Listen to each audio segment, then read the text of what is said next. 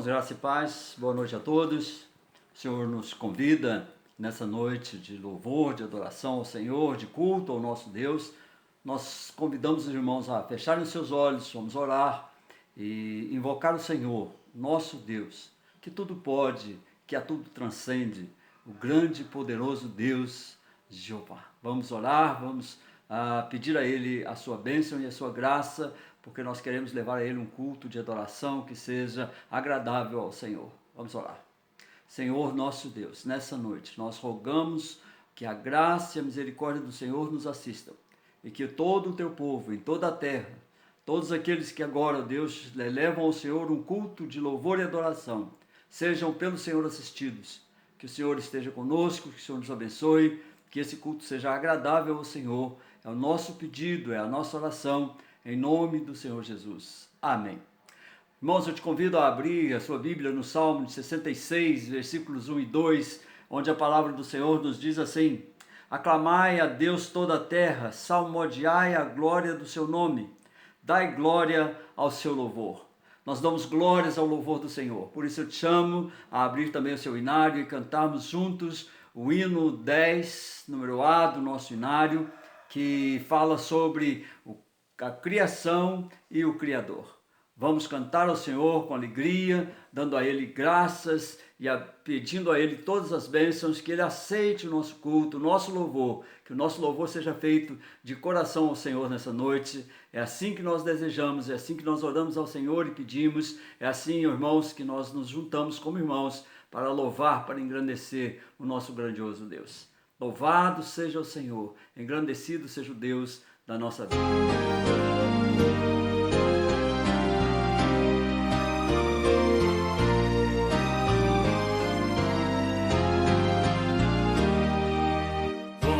Criaturas de Deus Pai, todos erguei a voz, cantai, louvai-o, aleluia, do sol dourado a refugir, do lua em prata a reluzir, louvai-o, aleluia, aleluia.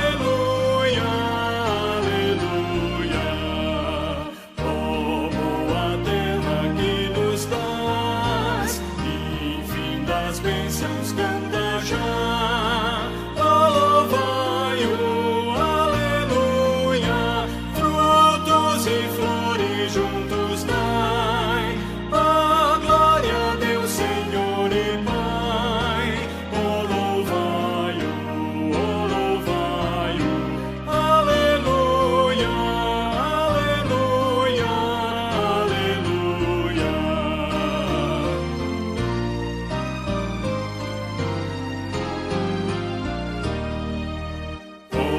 Homens sábios e de bem, a todos proclamai também, louvai-o, aleluia, louvar ao Filho, glória ao Pai, e ao Santo Espírito louvai, louvai-o, aleluia.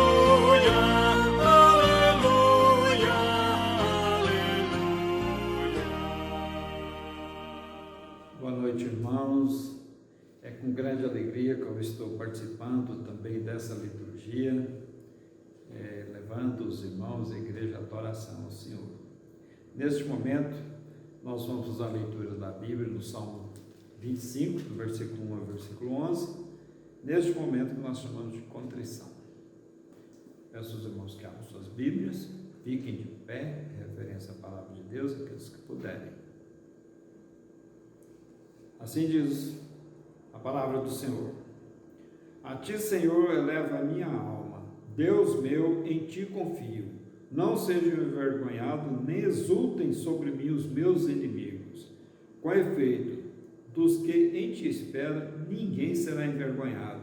Envergonhados serão os que sem causa procedem com traição. Faze-me, Senhor, conhecer os teus caminhos, ensina-me as tuas veredas. Guia-me na tua verdade, ensina-me pois Tu és o Deus da minha salvação, em quem eu espero todo dia. Lembra-te, Senhor, das Tuas misericórdias, das Tuas bondades, que são desde a eternidade. Não te lembro dos meus pecados, da mocidade, nem das minhas transgressões. Lembra-te de mim segundo a Tua misericórdia, por causa da Tua bondade, ó Senhor. Bom e reto é o Senhor, por isso aponta o caminho aos pecadores. Guia os humildes na justiça e ensina aos mansos o seu caminho. Todas as veredas do Senhor são misericórdias e verdade para os que guardam a sua aliança e os seus testemunhos. Por causa do teu nome, Senhor, perdoa a minha iniquidade, que é grande.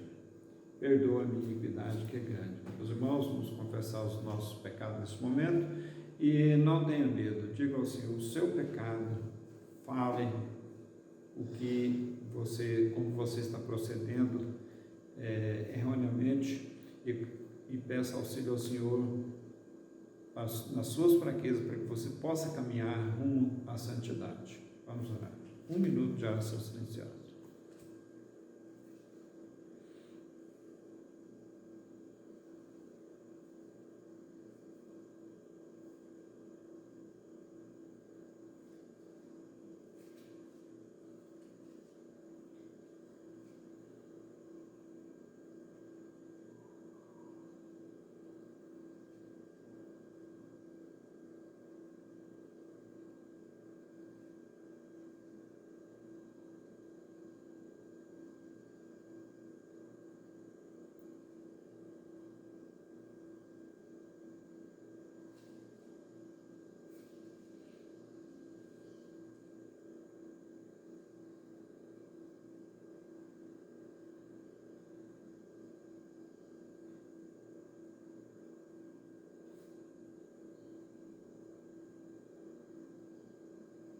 Ó Deus da nossa salvação, louvado seja o Senhor Deus pelas Tuas misericórdias. Nós te damos graças, ó Deus, e te louvamos pelo perdão dos nossos pecados, ó Deus. Sei que nós não merecemos, ó Deus, mas segundo as Tuas promessas é que nós chegamos a Ti e te confessamos nossos pecados. Rogamos, ó Deus, que o Senhor nos auxilie para que nós possamos, ó Deus, chegar à perfeição e à santidade que o Senhor exige de nós. Abençoa-nos, ó Deus, em nome de Jesus Cristo. Amém, Senhor. Continuando este culto, quero convidar os irmãos para acompanhar no cântico do hino 79. Vamos cantar, louvar o hino ao Senhor.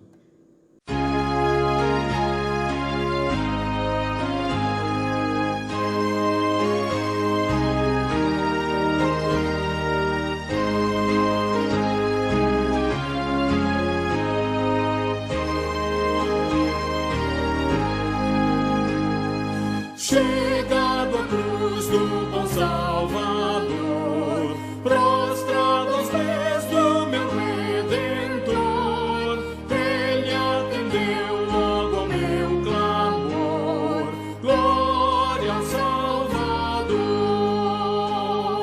glória ao Salvador, glória ao Salvador. Eu sei que Cristo já me salvou. Glória ao Salvador.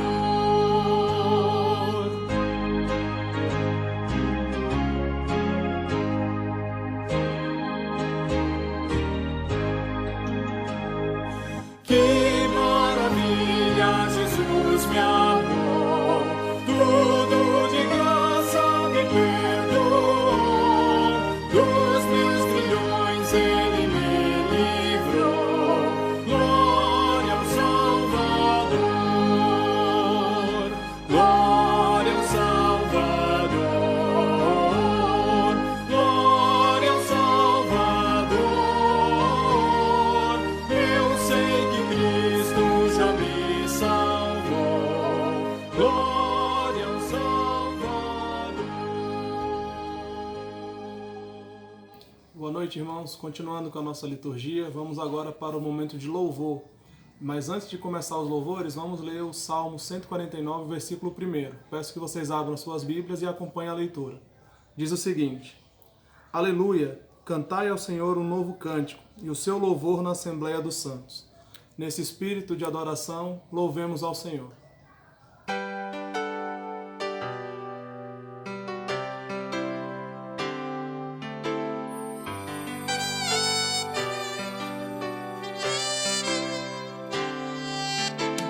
Venho, Senhor, minha vida oferecer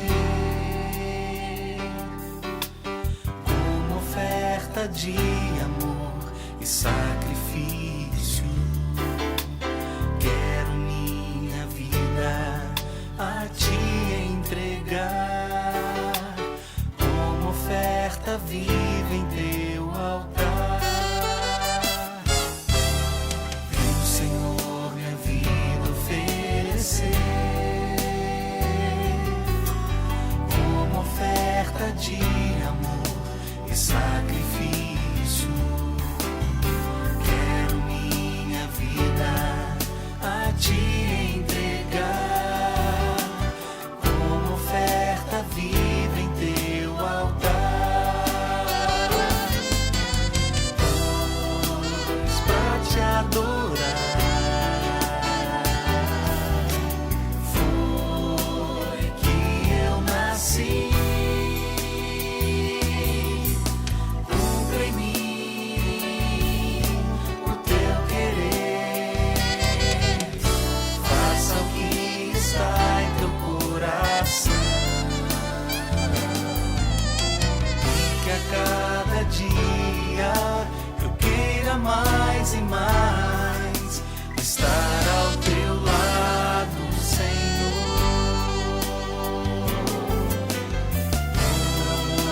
Pois pra te adorar foi que eu nasci. Cumpra em mim o teu querer. Faça o que está em teu coração. E que a cada dia eu queira mais e mais estar ao teu lado, Senhor. E que a cada dia eu queira mais e mais estar ao teu lado, estar ao teu lado, Senhor.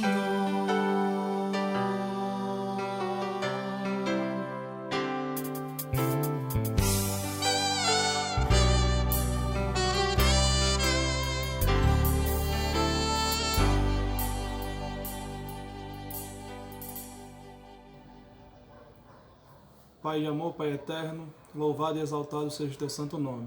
Te louvamos, ó Deus, pela oportunidade, Senhor, de prestar um culto, Pai, a Ti, mesmo distante, mas com o coração contrito e o coração esperançoso que o Senhor está recebendo nossos louvores, a nossa adoração, Pai. Neste momento nós te pedimos que esteja abençoando o teu servo, Pai, que nos trará a mensagem essa noite, que o Senhor use ele, Pai, como vaso de bênção, como arauto da verdade, Pai, trazendo a Tua palavra aos nossos corações. Esse é o nosso desejo, em nome do Teu Filho amado Jesus. Amém. Boa noite, irmãos. Que a graça e a paz do Senhor Jesus seja com todos. Nesta noite nós temos essa incumbência santa, maravilhosa de trazer e compartilhar a palavra de Deus com a igreja. E eu quero pedir aos irmãos que abram as suas Bíblias no livro de Atos dos Apóstolos, no capítulo 6. Estaremos fazendo a leitura do verso 1 ao versículo de número 8. Atos 6, de 1 a 8. O texto da Escritura Sagrada assim nos diz: Ora, naqueles dias, multiplicando-se o número dos discípulos, houve murmuração dos helenistas contra os hebreus, porque as viúvas deles estavam sendo esquecidas na distribuição diária. Então os 12 convocaram a comunidade dos discípulos e disseram: Não é razoável que nós abandonemos a palavra de Deus para servir às mesas. Mas, irmãos, Escolhei dentre vós 7 homens de boa reputação, cheios do Espírito e de sabedoria, aos quais encarregaremos deste serviço. E quanto a nós, nos consagraremos à oração e ao ministério da palavra. O parecer agradou a toda a comunidade e elegeram Estevão, homem cheio de fé e do Espírito Santo, Filipe, Prócoro, Nicanor, Timão, Pármenas e Nicolau, prosélito de Antioquia. Apresentaram-nos perante os apóstolos e estes, orando, lhes impuseram as mãos. Crescia a palavra de Deus e em Jerusalém se multiplicava o número dos discípulos. Também muitíssimos sacerdotes obedeciam à fé. Estevão, cheio de graça e poder, fazia prodígios e grandes sinais entre o povo. Até o versículo de número 8, que Deus possa aplicar a sua palavra aos nossos corações. Meus queridos, hoje à noite nós queremos compartilhar esse texto, expor esse texto sobre o tema Fé em Cristo, uma certeza inabalável e infalível. E nesse texto nós podemos aprender ou tirar dele lições a respeito dessa fé verdadeira e genuína que é a fé em Cristo. Mas começamos fazendo algumas indagações. Até onde minha fé pode me levar? Até onde eu posso ir com a minha fé? E ainda uma terceira indagação, até onde minha fé me motiva e me encoraja a prosseguir na caminhada da vida? Vejam bem, 3 proposições, 3 perguntas para que a gente possa refletir, né? Até onde a minha fé e a sua fé pode lhe levar? Ou até onde você se dispõe aí com a fé que você diz que tem? E até onde essa fé lhe motiva e lhe encoraja a prosseguir na caminhada da vida, né? Muitas pessoas, por não compreenderem, né, vivem uma fé baseada em pensamento positivo, ou sendo a fé na própria fé, né? Aí aqueles chavões que conhecemos tantos, vai dar certo, decrete isso, pense assim, você pode, acredite em você, receba, e coisas do gênero. Essa fé, baseada nesse positivismo de pensamento, ela, não raras vezes, ela produz grandes frustrações nas pessoas, produz desespero, principalmente quando ela promove um insucesso, algo que se almejava e de repente isso não acontece ou não é da forma que se esperava e vem um desespero, um vazio, a pessoa se sente sem chão, sem base, sem alicerce e essa frustração promovida por essa fé em si mesmo, ela leva muitos até ao suicídio. Esses dias que nós estamos vivendo, dias de pandemia, né, são também dias para a nossa reflexão, né? São momentos para que nós possamos parar e começar a criticar a nossa própria confiança. À medida em que nós administramos, ou como estamos administrando esse momento, faz-nos refletir como está a minha fé. Ou será que de fato em quem eu digo que creio, ou no que eu digo que creio, de fato me garante, me dá sustentação, me traz paz num momento difícil como esse? Porque hoje não somente a pandemia, mas também o próprio momento político da nação nos leva a uma reflexão, a um momento tenso, a um momento de tomada de posição, é um momento de incertezas, é um momento de insegurança. Você tem insegurança na saúde, você tem insegurança na estabilidade do próprio país, né? Quantas coisas têm ocorrido e precisamos entender esse contexto e não podemos fugir desse contexto, porque nós estamos inseridos dentro dele. E nessa hora precisamos exercitar, né, o nosso viver baseado na nossa fé. É um momento difícil, um momento de confrontação, é um momento que precisamos colocar à prova, ou que a nossa fé está sendo colocada em prova. E quando eu digo que esse momento é momento de exercitar a fé, ou de que a fé fica desnuda, descoberta, é porque a nossa fé é ela que nos identifica na sociedade. Porque querendo ou não querendo, nós vivemos pela fé. Até aqueles que afirmam que não creem, no fim vivem pela fé. Porque não há ser humano que não tenha fé em alguma coisa ou em alguém. Os próprios ateus que dizem que não acreditam em Deus, eles manifestam essa fé. Eles vivem por essa fé. A fé na certeza de que Deus não existe. Logo, o seu viver, os seus projetos, as suas ações, seus planos, são baseados nessa fé. Eles não consideram Deus nos seus projetos, não consideram Deus no seu agir, porque eles creem que Deus não existe. E nós cremos. E entre aqueles que dizem que creem em Deus, aí também dá uma diferença muito grande. Como você crê em Deus? De que maneira você crê em Deus? De que maneira você crê que Deus interfere na história e na sua própria vida, nos seus planos, nos seus projetos, nas coisas que acontecem no cosmos? Então, a fé identifica a cada cidadão dentro do contexto da sociedade.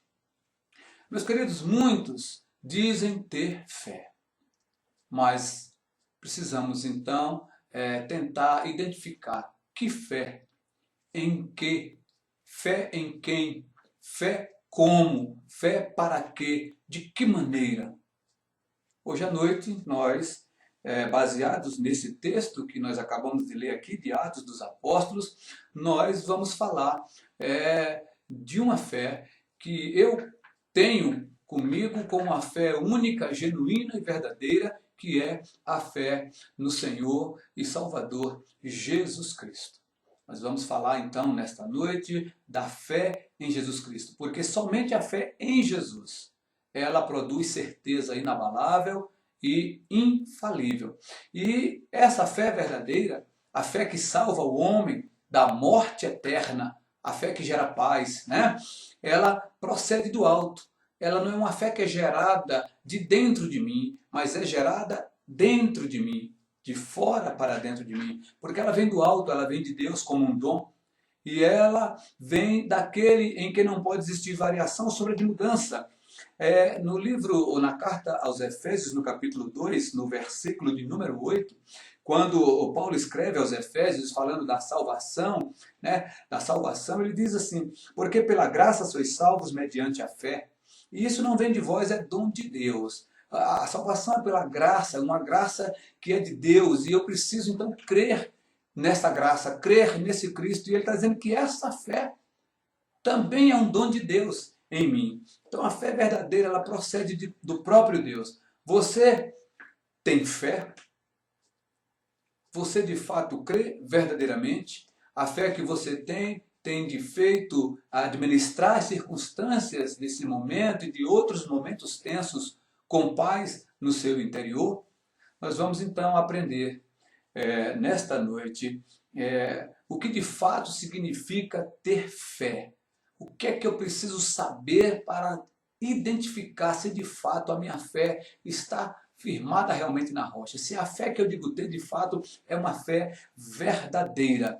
E nós vamos poder identificar se a nossa fé tem essa qualidade, se a nossa fé está identificada como descrita na Escritura Sagrada, a partir do testemunho do diácono Estevão.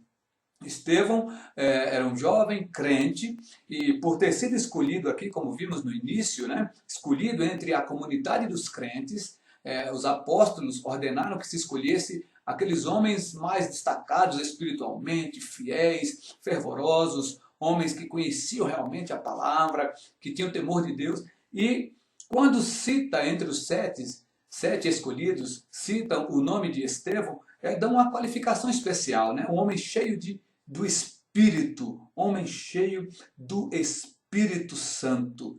Então essa qualificação distingue um pouco Estevão.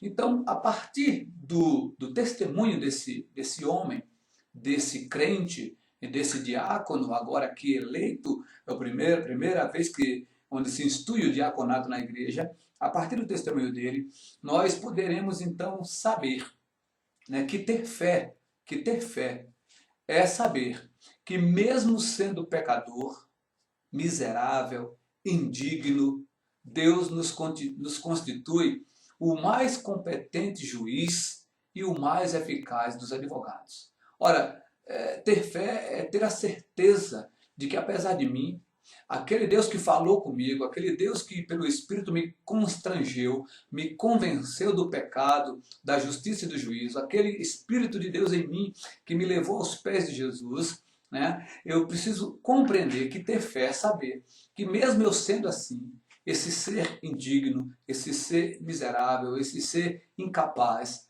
Deus, todavia por amor, por misericórdia, Ele constituiu para mim o mais competente juiz, o seu Filho Jesus, o mais eficaz advogado, o seu Filho Jesus Cristo. Vejamos aqui nos versos 3 e no verso 5 do capítulo 6, que diz o seguinte: irmãos, escolhei dentre vós homens de boa reputação, homens que sejam cheios do Espírito e de sabedoria.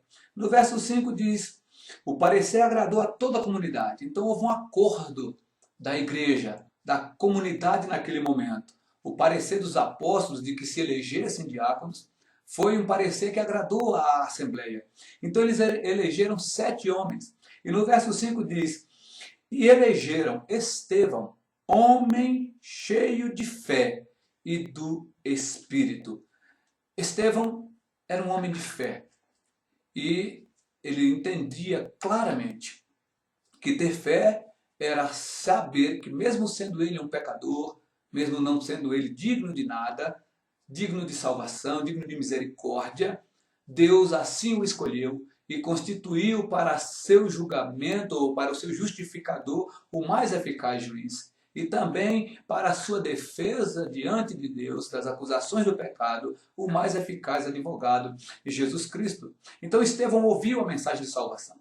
Eu quero crer que Estevão esteve entre aquela multidão no Pentecostes que ouviu o discurso do apóstolo Pedro, né? E que esteve entre aqueles que questionaram, depois de Pedro dar aquele discurso tremendo sobre Cristo Jesus, sobre a salvação pela fé, ele deve ter sido um daqueles que fez essa pergunta, então, aos apóstolos, verso 37 do capítulo 2 de Atos. Ouvindo eles estas coisas, compungiu-se-lhes o coração e perguntaram a Pedro e aos demais apóstolos: que faremos, irmãos? Eu quero crer que Estevão estava entre esses que perguntaram isso.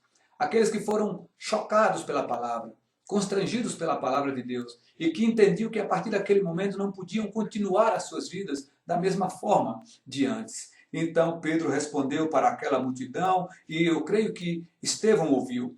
Pedro respondeu: arrependei-vos e cada um de vós seja batizado em nome de Jesus Cristo para a remissão dos pecados. Eu creio que nesse momento, surge um novo homem, que não mais vive baseado numa fé solta, numa fé volúvel, ou numa fé qualquer, ou em coisa, em objeto, em si mesmo. Não, mas Estevão aqui consolida a sua fé na pessoa de Jesus. Ele creu em Cristo, ele creu na obra consumada de Cristo na cruz, ele creu que Cristo morreu na cruz por causa dos seus pecados. Ele creu também que Jesus ressuscitou para a sua justificação.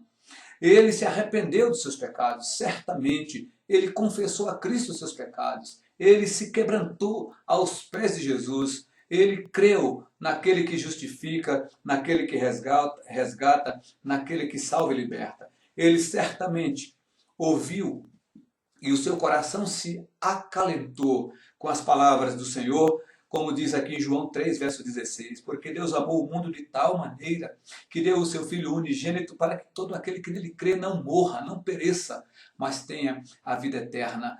Certamente Estevão creu exatamente desta forma. No verso 18 diz: quem nele crê não é julgado.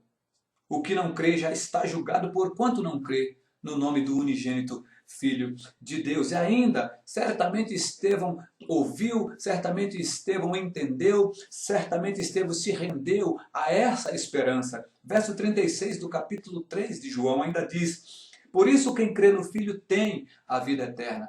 O que todavia se mantém rebelde contra o Filho não verá a vida, mas sobre ele permanece a ira de Deus. Portanto, ter fé, baseado no testemunho do diácono Estevão, é saber que mesmo sendo pecador miserável, indigno, Deus nos constitui o mais competente juiz, o mais eficaz advogado, que é o Senhor Jesus Cristo. Meus queridos, em segundo lugar, Ter fé, a partir do testemunho de Estevão, é saber que mesmo que venham lutas e provações, e elas virão com certeza, temos a Cristo, que é o Deus protetor, Deus provedor e que é socorro presente. Portanto, é isso. Em segundo lugar, se você diz que tem fé, a sua fé precisa entender que ter fé é saber que mesmo que venham as lutas, mesmo que venham as provações, nós temos Cristo, Deus presente, Deus provedor, Deus protetor. Nos versos 8 do texto que nós estamos baseando a nossa reflexão, nós encontramos o seguinte registro, Atos 6:8. Estevão, cheio de graça e poder, fazia prodígios e grandes sinais entre o povo.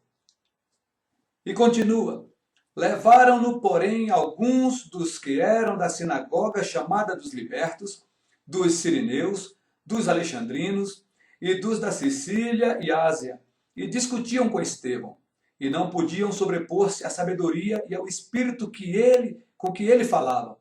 Então subornaram homens que disseram, temos ouvido este homem proferir blasfêmias contra Moisés e contra Deus. Ter fé é saber que mesmo que venham as lutas e provações, e elas virão, temos Cristo, Deus protetor, Deus provedor e Deus presente. Estevão começa a enfrentar as consequências da sua fidelidade a Deus.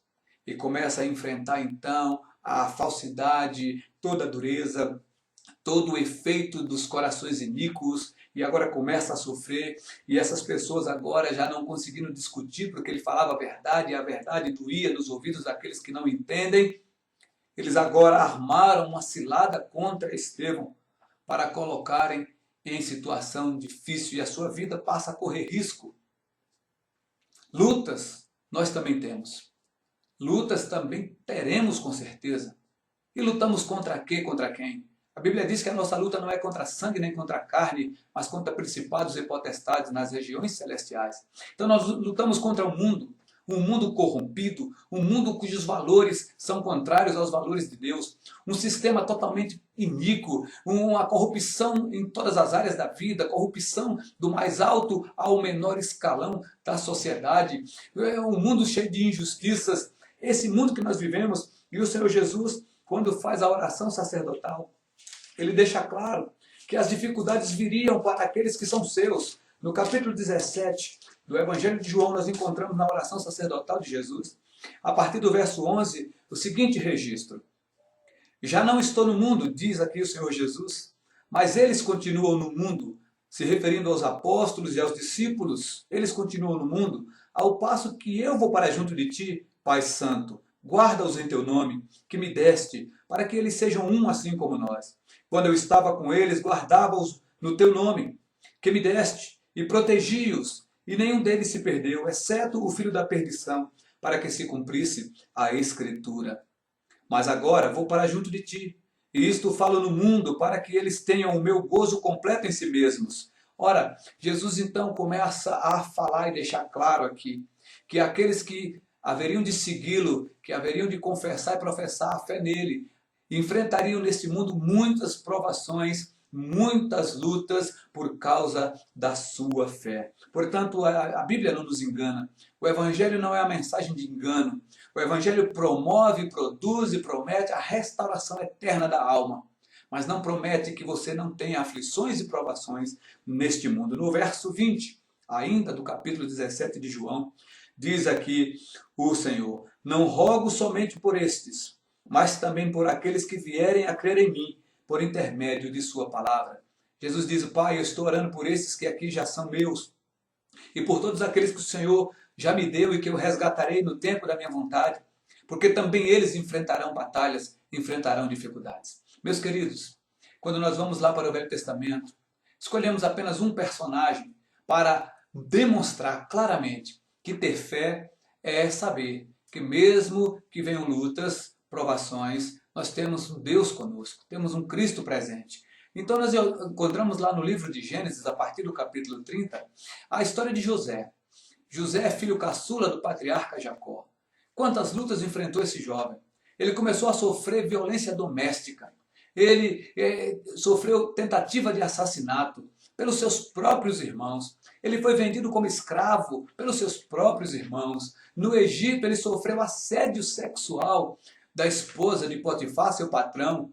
E como não aceitou, não cedeu por ser fiel a Deus, ele foi vítima de falso testemunho. Quanta prova, quanta provação, mas ele não abriu mão da sua fé. Ele foi preso injustamente por causa de uma falsa acusação. E esteve preso, mas não negou a fé, porque ele entendia que ter fé é saber que mesmo que venham lutas e provações, e elas virão, temos Cristo. Temos Deus que nos protege, que provê das nossas necessidades e que é o nosso socorro bem presente. Meus queridos, no livro de Atos, voltando para Estevão então, no capítulo 7, como consequência da fidelidade de Estevão, da sua pregação sincera, do seu testemunho sincero, nós encontramos agora esse homem diante do sinédrio, do colegiado de sacerdotes corruptos, corrompidos, politicamente totalmente deturpados e afastados de Deus. E eles agora no capítulo 7, verso 1, dizem: então lhe perguntou o sumo sacerdote: porventura é isto assim? Querendo saber se a acusação contra Estevão era de fato verdadeira. E a partir do versículo 2, nós não leremos aqui para não estender a nossa reflexão. Estevão faz uma defesa completa e detalhada da sua fé. Ele fala para aqueles doutores da lei todo o plano de salvação de Deus ao longo de toda a história. Desde o chamado de Abraão, ele fala da queda no jardim, ele fala do chamado de Jacó, ele fala do próprio José, de como José esteve fiel a Deus e tudo que ele sofreu por causa da sua fé e esperança em Deus. E o capítulo 7 inteiro é Estevão fazendo a sua defesa, porque era um homem de fé que sabia que ter fé implicava também em passar por lutas e em passar por provações.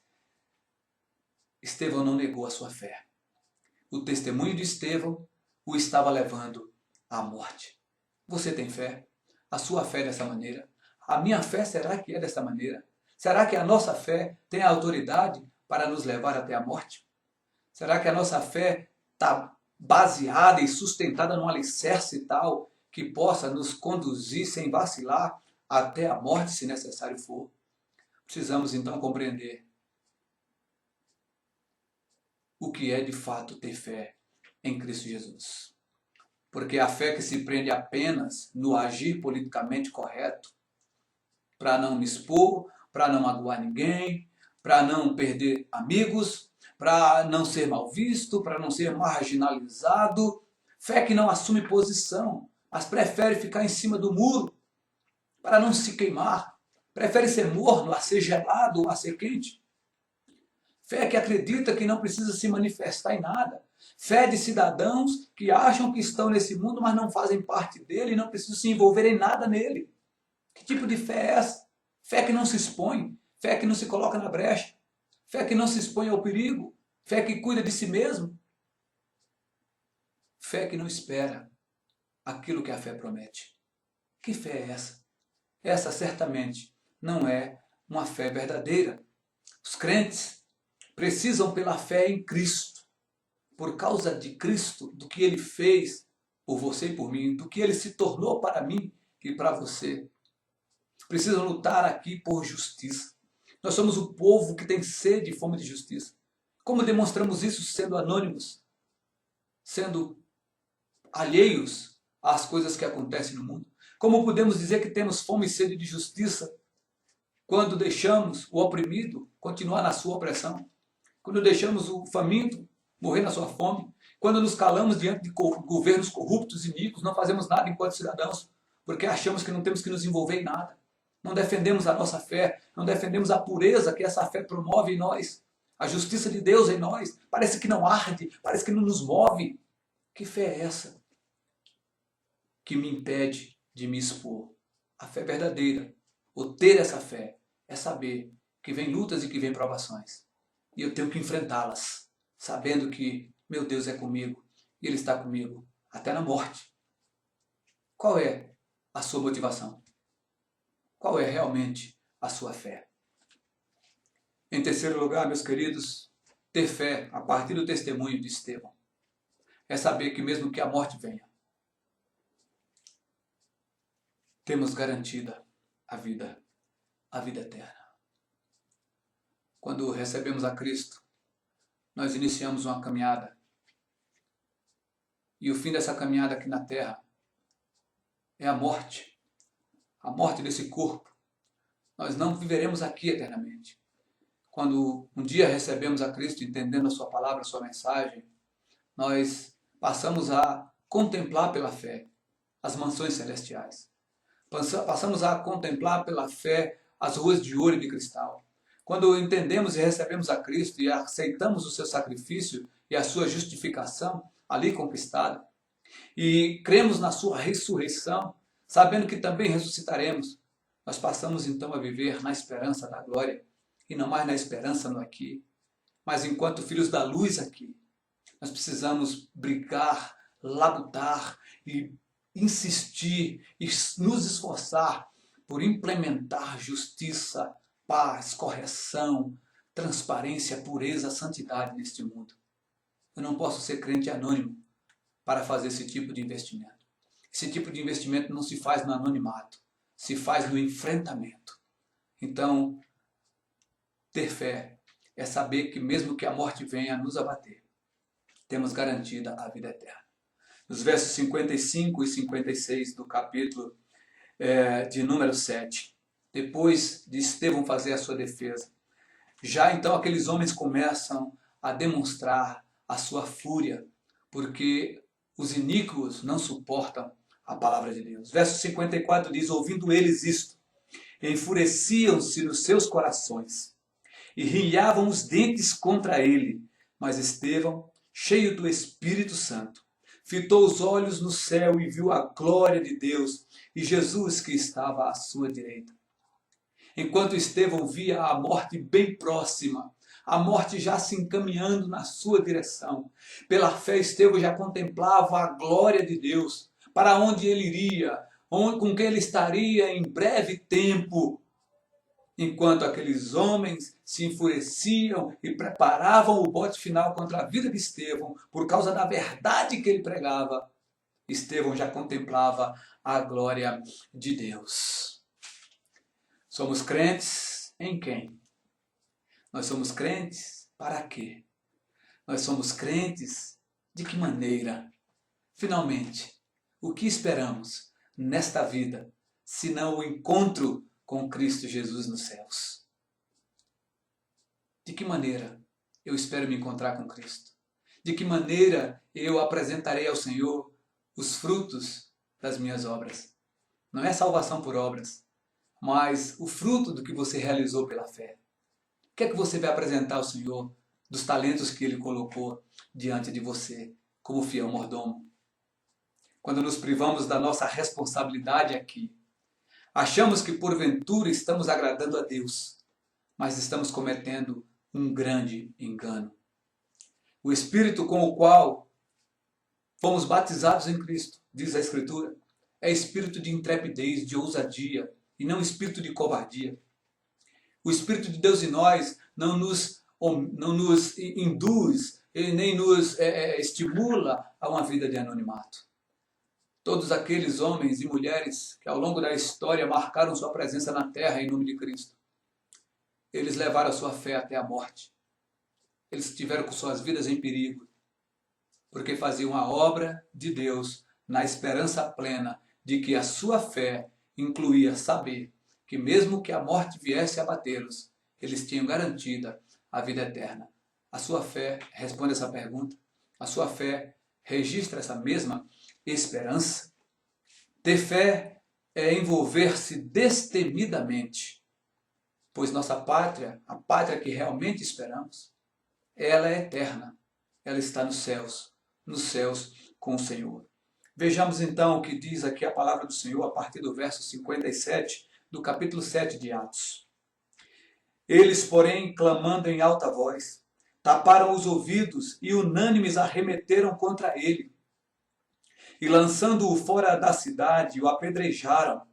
As testemunhas deixaram suas vestes aos pés de um jovem chamado Saulo e apedrejavam a Estevão, que invocava e dizia: Senhor Jesus, recebe o meu espírito. Em outras palavras, ele dizia: Senhor, eu sabia, sempre soube, que ter fé implicava em eu esperar esse momento, sabendo que mesmo neste momento, a vida eterna me é garantida. E Estevão conclui dizendo: então, ajoelhando-se, clamou em alta voz: Senhor, não lhes imputes esse pecado. Com estas palavras, diz a Escritura, Estevão adormeceu. Então, meus amados, nós vemos claramente aqui que ter fé, a fé verdadeira, ela é saber que mesmo sendo nós pecadores, miseráveis, indignos, Deus nos constitui o mais competente juiz e o mais eficaz dos advogados. Ter fé é saber que mesmo que venham lutas e provações, e elas virão, nós temos Cristo, um Deus protetor, provedor, um Deus socorro bem presente. E por fim, ter fé é também saber que mesmo que a morte venha nos abater, nós temos garantida a vida eterna. Ter a verdadeira fé, já concluindo a nossa reflexão, é saber que fora de Cristo, queridos, não há salvação. Fora do Senhor não há salvação.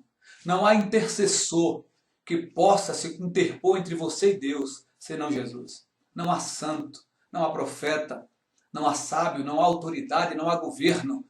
Só Jesus é o nosso mediador. É o mediador entre nós e Deus. Porque só Ele veio em carne. Só Ele pagou o preço do nosso resgate na cruz. Foi Ele quem ressuscitou. É Ele que nos justifica. É Ele que perdoa os nossos pecados e que nos garante a vida eterna. Saber que salvação e condenação não são momentos limitados no tempo. Salvação e condenação são um estado, uma condição na qual estão os seres humanos. Portanto, é preciso que nós saibamos que quando estamos em Cristo Jesus, nós estamos no estado de salvação.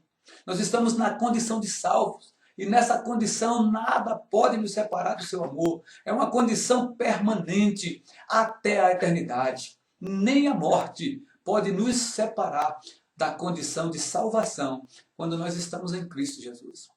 E também precisamos saber que quando não estamos em Cristo Jesus, permanecemos no estado de condenação. E condenação, esse estado, não é um estado em que o inferno passa a ser apenas um momento em que se sofre temporariamente. Não estando em Cristo, nós estamos no estado de condenação permanente que atravessa e vai para a eternidade. E somente Cristo Jesus pode mudar esse estado de condenação para um estado de salvação. A fé verdadeira é a fé que produz certeza inabalável. Essa fé é a fé na pessoa e na obra de Jesus Cristo. Só a fé em Cristo produz certeza inabalável, produz certeza infalível. E somente pela fé em Jesus, os homens podem dizer que têm paz em seus corações.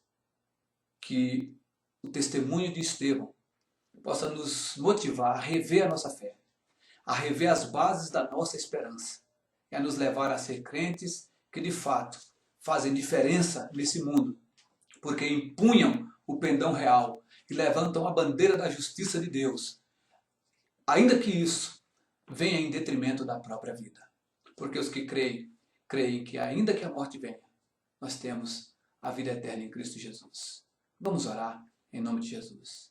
Pai de misericórdia e soberano Deus, a Tua palavra foi exposta, Pai.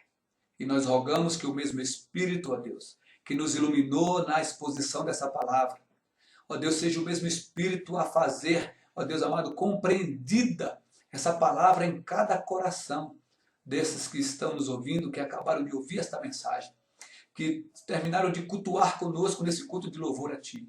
Que essa palavra, Deus, encontre guarida em todos os corações. Que o Teu Espírito Santo, Pai, o convencedor, aquele que convence o homem do pecado, da justiça e do juízo, seja ele a constranger os corações nesta noite. Produz, ó Deus, a libertação das vidas que ainda se encontram aprisionadas.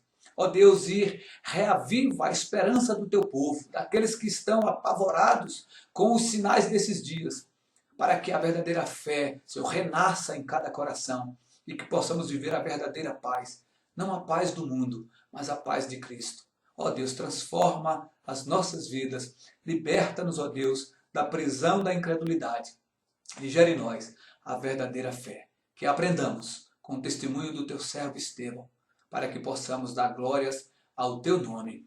É nossa oração, Paizinho, em nome e por amor de Cristo Jesus. Amém. Glórias ao Senhor. Deus abençoe.